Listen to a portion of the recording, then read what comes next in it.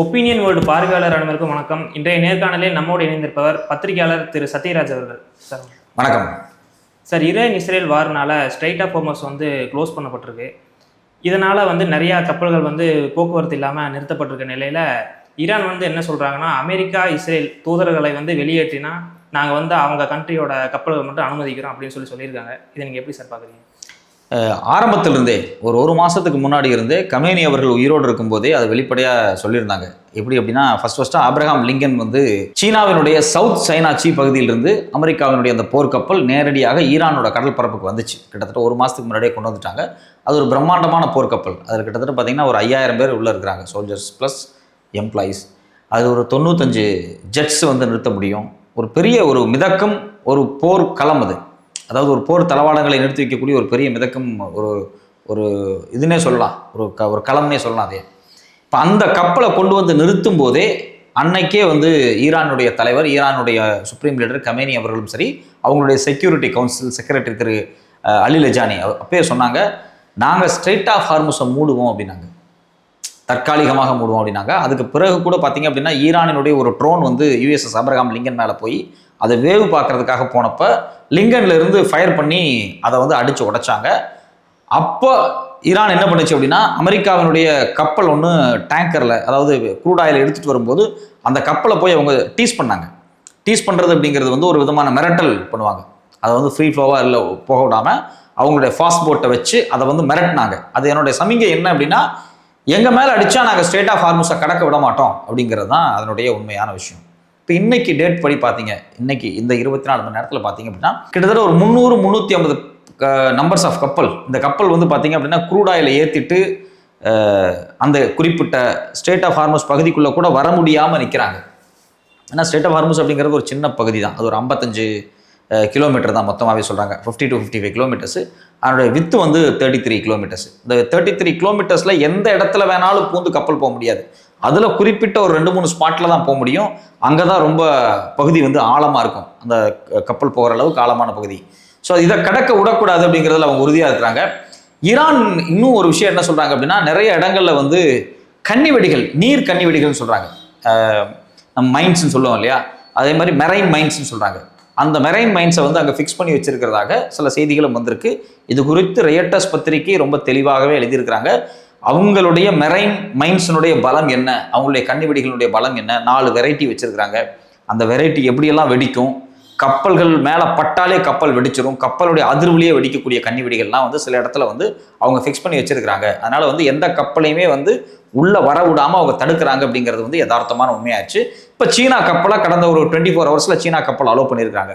சீனா கப்பல் எந்த வழியாக போகணும், எப்படி போகணும் அப்படிங்கிறத டைரக்ஷன்ஸ் எல்லாமே டைரெக்டாக ஈரான் கொடுக்குறாங்க. ஸோ இப்போ இதில் நமக்கு என்ன தெரியுது அப்படின்னா, ஸ்ட்ரெயிட் ஆஃப் ஹார்முஸை மூடினால் ஒட்டுமொத்த ஆசிய பொருளாதாரமே அப்படியே பரிதவிச்சு போயிடும். அது உண்மைதான், இன்க்ளூடிங் இந்தியாவோட எக்கானமி.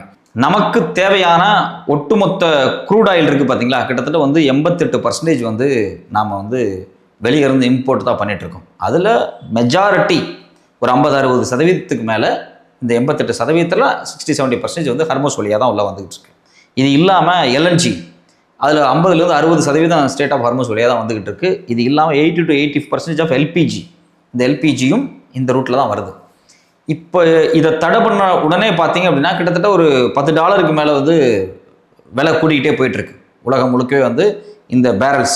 இப்போ இந்த பேரலுடைய விலை கூட கூட என்ன ஆகும் அப்படின்னா, உற்பத்திகள் குறையும். இப்போ இன்றைக்கே பார்த்தீங்கன்னா பெங்களூரில், சென்னையில் சில ஹோட்டல்ஸ் எல்லாம் மூடப்பட்டதாக சொல்கிறாங்க. கண்டிப்பாக ஹோட்டல்ஸ் மூடினா என்ன ஆகும் அப்படின்னா, எம்ப்ளாயிஸுக்கு சேலரி இருக்காது.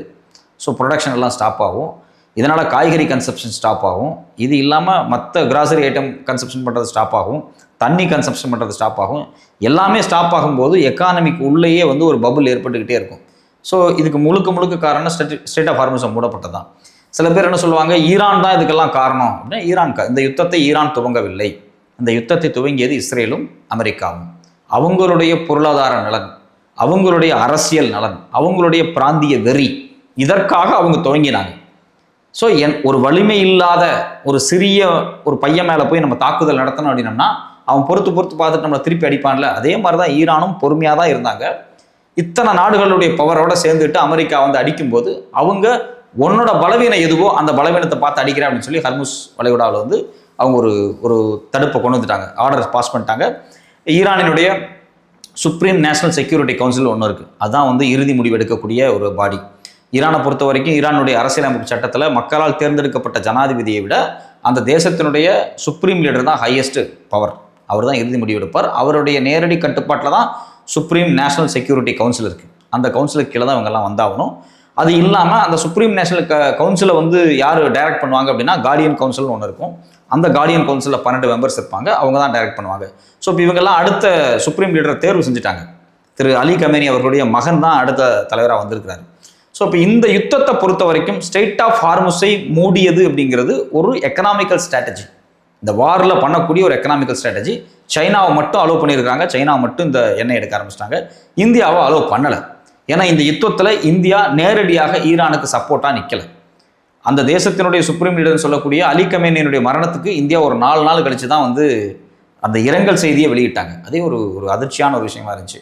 அவர் ஒரு தேசத்தினுடைய தலைவர், அவர் இந்தியாவெல்லாம் வந்திருக்கிறாரு. இந்தியாவினுடைய பிரதிநிதிகள் அங்கே போகும்போது அந்த தேசத்தினுடைய தலைவரை பார்த்துருக்குறாங்க. அவர் அநியாயமாக கொலை செய்யப்பட்டிருக்கிறார். அவர் கொலை செய்யப்படும் போது அதுக்கு ஒரு இரங்கல் தெரிவிக்கல. அது வந்து ஒரு வருத்தமான விஷயம். இந்தியா வந்து உடனே வருத்தம் தெரிவிச்சிருக்கணும். 4 நாள் கழிச்சு திருப்பி ஈரான் வந்து அதுக்கான துக்க நாளையை அனுஷ்டிக்கும் போது இந்தியாவினுடைய வெளியுறவுத்துறை அமைச்சகத்திலேருந்து போய் பார்த்துட்டு கையெழுத்தெல்லாம் போட்டிருந்தாங்க. அது அக்செப்டட் தான். பட் ஆனால் அதை முதலே செஞ்சுருக்கணும் அப்படிங்கிறது தான் நம்மளுடைய பார்வையாக இருக்குது. இந்த யுத்தம் எதை நோக்கி நகருது அப்படிங்கிறது தான் இதில் ரொம்ப ஒரு முக்கியமான ஒரு விஷயமா இருக்குது.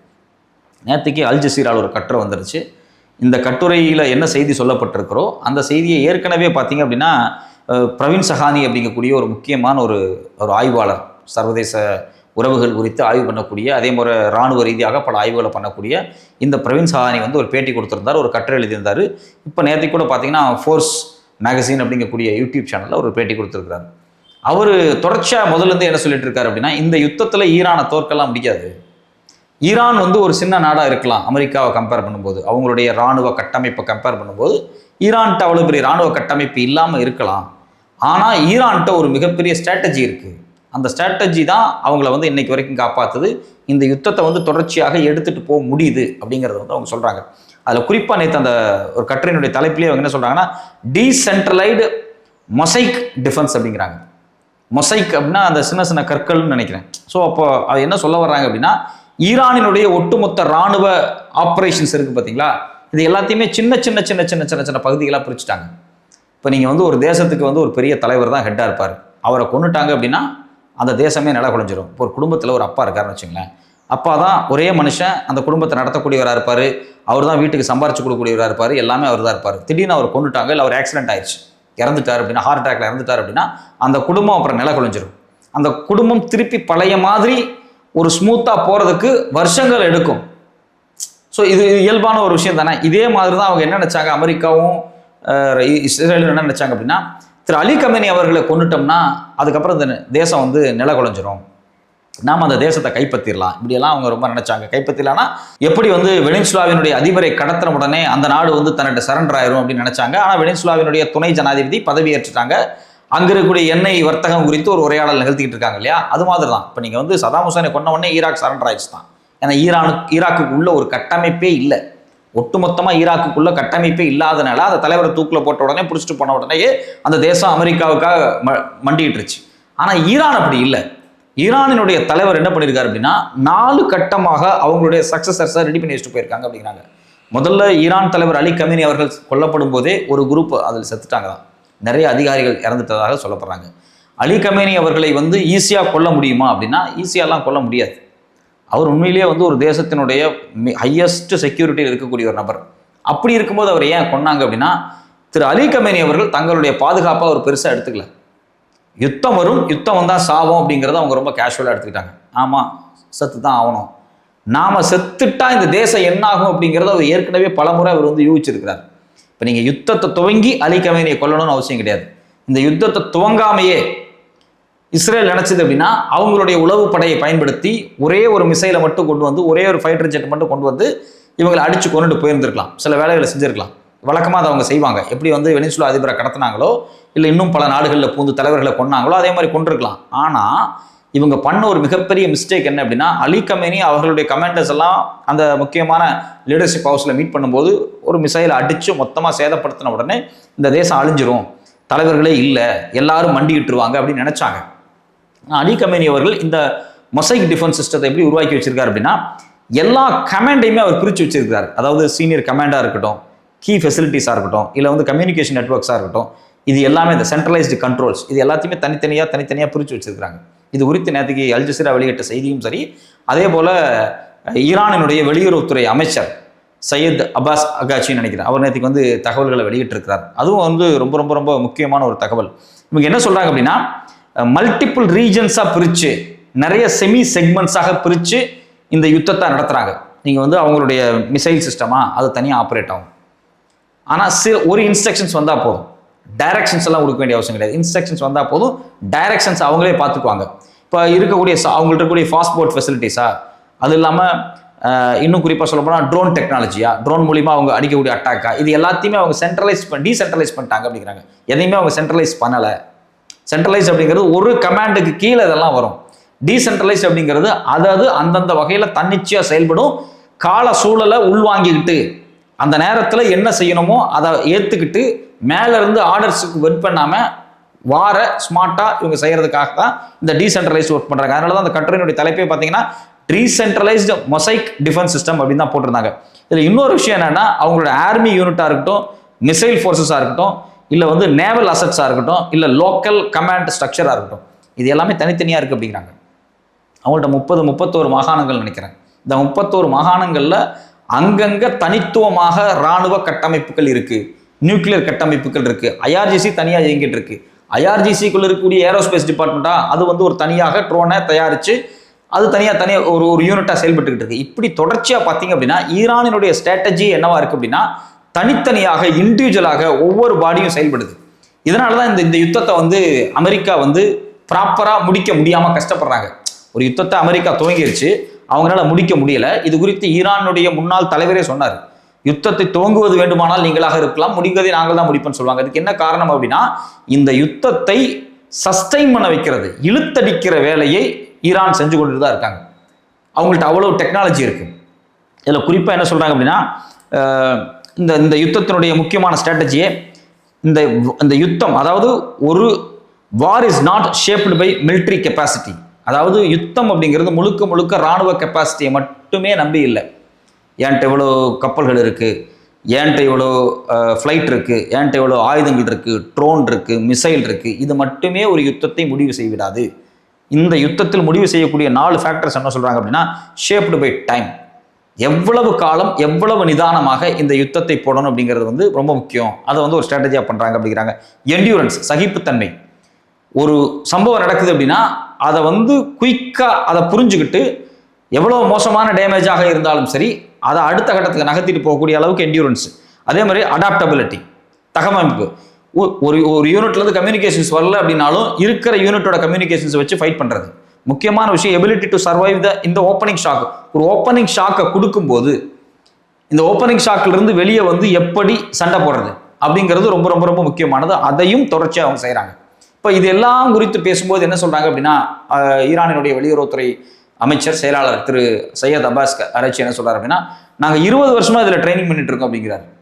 2001 ஆப்கானிஸ்தானுடைய இன்வேஷனாக இருக்கட்டும், இல்லை 2003 ஈராக்கை கைப்பற்றினதாக இருக்கட்டும், இந்த காலகட்டத்தில் அமெரிக்காவினுடைய இராணுவம் எப்படியெல்லாம் தன்னுடைய நகர்வுகளை செய்திருக்கிறார்கள் என்பதை கூர்ந்து கவனித்து அவதானித்து அதிலிருந்து மெட்டீரியலை எடுத்துட்டு இந்த அமெரிக்காவை நாம் எப்படி ஹேண்டில் பண்ணணும் அப்படிங்கிறதுக்காக அவங்க ஒரு பிளானை போட்டு வச்சிருக்கிறாங்க. இதில் முக்கியமாக ஹசன் அப்பாசி அப்படிங்கக்கூடிய முக்கியமான தலைவர், அவர் ஈரானுடைய முக்கியமான ஒரு தலைவர். அவர் இந்த ஐடியாலஜிக்கல் நரேட்டிவை வந்து ஏற்கனவே செட் பண்ணியிருக்கிறார். இன்னொரு முக்கியமான தலைவர் யாருன்னு பார்த்தீங்க அப்படின்னா, ஏற்கனவே வந்து ஐஆர்ஜிசின்னு சொல்லக்கூடிய இஸ்லாமிக் ரெவல்யூஷனரி கார்டுடைய சீஃப் கமாண்டராக இருந்தவர் முகமது அலி ஜஃபாரி 2007 2019 வரைக்கும் இருந்திருக்கிறார். இவர் தான் இந்த பேட்டர்னை செட் பண்ணுறாரு. இப்போ நம்ம பேசிட்டு இருக்கோம் பார்த்தீங்களா, இந்த multiple command system, decentralised mosaic defence system, இதை எல்லாத்தையும் டிசைன் பண்ணது இவர் தான். 2007 2019 வரைக்கும் இருந்திருக்கிறார். இதை ஒரு தியரியாக, ஒரு போர் யுக்தியாக, ஒரு ஐடியாலஜியாக டிசைன் பண்ணதும் பார்த்தீங்க அப்படின்னா இந்த டீம் தான். அதில் என்னென்ன சொல்கிறாங்க அந்த டிசைனில் பார்த்தீங்கன்னா, டீசென்ட்ரலைஸ்டு ஆப்ரேஷன், அது இல்லாமல் local resistance, distribution of supply line. இது எங்கே இருந்தாலும் சரி, நீங்கள் சண்டை வந்து ஒன்றும் தெஹ்ரானில் மட்டும் நடக்க போகிறது கிடையாது. அது தெஹ்ரானில் நடக்கும், ஒரு மிகப்பெரிய மலைப்பிரதேசத்தில் நடந்துட்டு இருக்கும், ஒரு இன்டீரியர் வில்லேஜ் காட்டுப்பகுதிக்குள்ளே நடந்துட்டு இருக்கும். எல்லா இடத்துலையும் சப்ளை எப்படி இருக்கும், எல்லா இடத்துலையும் அவங்க யூனிட் வச்சிருக்கிறாங்க, எல்லா இடத்துக்குமான இராணுவ சப்ளைஸ் எல்லாம் எப்படி இருக்கும், இதை அவங்க ரொம்ப கவனமாக ஹேண்டில் பண்ணியிருக்காங்க. இது இல்லாமல் இந்த சப்ளை ரொம்ப டீசென்ட்ரலைஸாக இருக்குது, செல்ஃப் சஃபிஷியண்ட்டாக இருக்குது. ஒரு இடத்துல உற்பத்தி ஆனாலும் எங்கெங்கிருந்து எங்கெங்கே ஆயுதங்கள் எவ்வளோ தேவை எப்படி கொடுக்கப்படும் அப்படிங்கிறது எல்லாமே வந்து ஒரு கிரைசிஸில், ஒரு யுத்தம் துவங்கினதுக்கு பிறகு எப்படி நடத்தணும் அப்படிங்கிறத எல்லாமே ட்ரில்லே பார்த்துருக்குறாங்க. ஸோ அப்போ இதில் என்ன தெரியுது அப்படின்னா, அவங்க திரும்ப திரும்ப திரும்ப இவ்வளோ கான்ஃபிடண்ட்டாக பேசுகிற காரணம் என்ன அப்படின்னா, அந்த நாட்டினுடைய தலைவர் திரு அலி கமேனி அவர்கள் கொல்லப்பட்டதுக்கு பிறகு அந்த தேசம் மண்டிட்டுன்னு நினைச்சாங்க. அலி கமேனி செத்துருவார், அவர் கொல்லப்படுவார், அவர் மட்டும் கிடையாது, அவரோட சேர்ந்து முக்கியமான கமாண்டர்களும் கொல்லப்படுவார்கள். இவங்க எல்லாம் கொல்லப்பட்டால் கூட நாம் சண்டையை எப்படி செய்ய வேண்டும் என்பது குறித்து மிக விரிவாக ஏற்கனவே அவங்க 20 ஆண்டுகளாக பயிற்சி எடுத்திருக்கிறார்கள். அந்த பயிற்சியினுடைய விளைவு தான் இன்னைக்கு அமெரிக்கானால இந்த யுத்தத்தை வந்து தொடர்ச்சியாக சண்டை போட முடியல. அவங்க ரஷ்யாட்ட பேசியிருக்காங்க நேற்றுக்கு. அது மட்டும் இல்லாமல் பெட்ரோலிய நாடுகள் இருக்காங்க இல்லையா, அதாவது அரபு நாடுகள், அவங்களும் ரஷ்யாவிடம் சில உதவிகளை கேட்குறாங்க இந்த யுத்தத்தை ஒரு முடிவுக்கு கொண்டு வர வேண்டும் அப்படிங்கிறதுக்காக. ஏன்னா இவங்க வந்து பெட்ரோலை வந்து க்ரூட் ஆயில், LNG, LPG எதையுமே ஸ்ட்ரெயிட் ஆஃப் ஹார்முஸை கடந்து போக விடலை அப்படின்னா இதில் நேரடியாக பாதிக்கப்பட போகிறது சீனா. ஆனால் சீனா என்ன சொல்லிட்டான் அப்படின்னா, நம்ம 2 ஃப்ரெண்ட்லியாக இருக்கோம், உனக்கு என்ன கேட்டாலும் நான் தரேன். இப்போ பார்த்தீங்கன்னா CM-305 நினைக்கிறேன், ரொம்ப அட்வான்ஸ்டான ஒரு ஷிப்பில் வச்சு அடிக்கக்கூடிய மிசைல்ஸ் டிஃபென்ஸ் சிஸ்டம் எல்லாமே வந்து இவங்க கொடுத்துருக்காங்க, சீனா கொடுத்துருக்காங்க. ரேடார் டெக்னாலஜிஸும் சீனா கொடுத்துட்ருக்கு, நார்த் கொரியாவும் கொடுத்துட்ருக்கு. ஸோ இப்போ அவங்களுக்கு தேவையான பெட்ரோல், க்ரூட் ஆயிலை இவங்க நேரடியாக வந்து ஸ்ட்ரெயிட் ஆஃப் ஹார்முஸை கடந்து கூட வந்து எடுத்துகிட்டு போகிறாங்க. ஸ்ட்ரெயிட் ஆஃப் ஹார்முஸை கடக்க கூட வேண்டியதில்லை, சில தீவுகள் இருக்குது, ஈரானுடைய சில தீவுகள். அந்த தீவுகளுக்கும் ஈரானுடைய பெட்ரோல் கம்பெனி கிடங்குகளுக்கும் கடலுக்கு அடியில் அவங்க வந்து பெட்ரோலை வந்து சப்ளை செயினை வந்து உருவாக்கி வச்சிருக்கிறாங்க. அந்த தீவுகளுக்கு வரும், அந்த தீவுகளை லோடாகவும் அங்கிருந்து கப்பல்கள் கிளம்பி போயிட்டு இருக்கும். அந்த தீவோட பேர் எக்ஸாக்டாக எனக்கு மறந்துருச்சு, ஈரானுடைய கடல் பரப்பில் தான் இருக்குது. இப்போ இது மாதிரியான இடங்களில் வந்து சீனா வந்து பெட்ரோலை வந்து அள்ளி எடுத்துகிட்டு போகிறாங்க. சீனாவுக்கு எந்த ஒரு ஆபத்தும் கிடையாது. இதில் மாட்டிக்கிட்ட நாடு யாருன்னு பார்த்தீங்கன்னா இந்தியா மட்டும்தான். இந்தியா ஏன் மாட்டுது அப்படின்னா, இந்தியாவுடைய ஃபாரின் பாலிசியில் ஒரு உறுதித்தன்மை இல்லை. நீ யார் கூட நிற்க போகிற, நீங்கள் வந்து ஈரானுக்கு எதிராக நிற்க போகிறீங்களா, இல்லை ஈரானுக்கு ஆதரவாக நிற்க போகிறீங்களா, அமெரிக்காவுக்கு ஆதரவாக நிற்கிறீங்களா, இல்லை அமெரிக்காவை இந்த விடயத்தில் நீங்கள் எதிர்க்க போகிறீங்களா, எதுவுமே ஒரு ஃபிக்ஸ்டான ஒரு மைண்ட் செட்டப்புக்குள்ளே டிப்ளமசி பண்ணல அப்படின்னா இது மாதிரியான ஒரு நெருக்கடி வரும். இப்போ என்ன சொல்கிறாங்க அப்படின்னா, இல்லை அமெரிக்காவுக்கு பயந்துட்டு இந்தியா வந்து ரஷ்யாகிட்டேருந்து ஆயில் வாங்குவோம் அப்படின்னு சொல்கிறாங்க. அதே போல் அமெரிக்காவும் சொல்லியிருக்கு, நீங்கள் ஒரு 30 நாளைக்கு ரஷ்யாகிட்டேருந்து ஆயில் வாங்கிக்கிங்க அப்படின்னு சொல்லியிருக்குது. ஏன் சொல்லுது அப்படின்னா, இன்னும் 30 நாளுக்குள்ள அந்த யுத்தத்தை முடிச்சிடலாம், மேக்ஸிமம் 1 or 2 வீக்ஸில் அந்த யுத்தத்தை முடிச்சிடலாம் அப்படின்னு அமெரிக்காவும் நினைக்குது. அமெரிக்காவுமே பார்த்தீங்க அப்படின்னா இந்த யுத்தம் இவ்வளோ தூரம் லாங்காக போகணும்னு அவங்க எதிர்பார்க்கல, அவங்க எதிர்பார்த்துருக்க மாட்டாங்க. இந்த யுத்தம் வந்து இவ்வளோ லாங்காக போகணும்னு அவங்களும் எதிர்பார்க்கல. இது ரொம்ப காலமாக அந்த யுத்தம் அந்த டைம் ஆக ஆக அமெரிக்காவுக்கு ஒரு பெரிய பாதிப்பு. சிம்பிளான விஷயம், அமெரிக்காவினுடைய கப்பல் USS அப்ரஹாம் லிங்கன் அதை கொண்டு வந்து இவங்க வந்து ஈரான் கடல் பரப்பில் நிறுத்தியிருக்காங்க. அது ஒரு நாளைக்கு கிட்டத்தட்ட 2-3 கோடி ரூபா செலவு பண்ணும் சும்மா நிறுத்தி வைக்கிறதுக்கே. இது இல்லாமல் ப்ராக்டிஸு அது இது அம்யூனிஷன்ஸ்னு பார்த்தீங்கன்னா கிட்டத்தட்ட ஒரு 3-4 கோடிக்கு மேலே செலவு பண்ண வேண்டியது வரும்.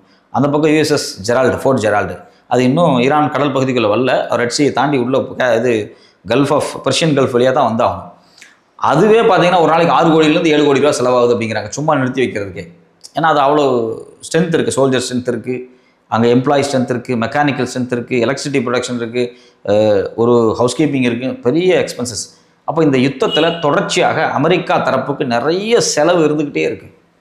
ஆனால் பார்த்தீங்கன்னா ஈரான் தரப்பில் வந்து ஒரு பெரிய செலவெல்லாம் இல்லை. அவங்க ஏற்கனவே தயாரித்து வச்சுருக்கக்கூடிய மிசைல், ஏற்கனவே தயாரித்து வச்சுருக்கக்கூடிய ட்ரோன், இதை வச்சு அவங்க அடிக்கிறாங்க. குறிப்பாக சொல்லப்போனால் ஈரானினுடைய ஒவ்வொரு மிசைலும் விலை ரொம்ப குறைவானது, சக்தி வாய்ந்தது.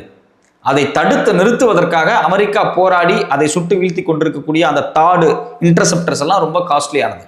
இந்த மிஸ்மேட்ச் தான் ஒரு பெரிய இஷ்யூவாக மாறிடுச்சு. இவங்க வந்து ரொம்ப அசால்ட்டாக அடிச்சுக்கிட்டே இருக்காங்க, அதை தடுக்க முடியாமல் இவங்க கஷ்டப்படுறாங்க. அதில் இந்த யுத்தம் வந்து 2 வகையாக போயிட்டு இருக்கு. ஒரு பக்கம் யுத்தமாகவே இராணுவ ரீதியாகவே அமெரிக்கா பலவீனப்பட்டிருக்கிறது. ஸ்ட்ரெயிட் ஆஃப் ஹார்முஸை மூடுவதனூடாக பொருளாதார ரீதியாக உலகத்தில் இருக்கக்கூடிய ஆசிய நாடுகள் ஒரு தவிப்பை, ஒரு ஆசியா மட்டும் கிடையாது ஐரோப்பிய நாடுகளுக்கும் ஒரு மிக மோசமான பொருளாதார நெருக்கடி ஏற்படும் போது ஈரான் அனைத்து நாடுகளையும் மண்டியிட வச்சிருக்கு, நீ பேச்சுவார்த்தைக்கு வா அப்படின்னு மண்டியிட வச்சிருக்கா தான் அந்த ஸ்ட்ரெயிட் ஆஃப் ஹார்முஸ் மூடுனதை பற்றி நான் பார்க்குறேன். நிகழ்ச்சியில் கலந்து கொண்டு பல்வேறு செய்திகளை நம்ம நேர்கிட்ட பகிர்ந்துக்கிட்டீங்க, ரொம்ப நன்றி சார்.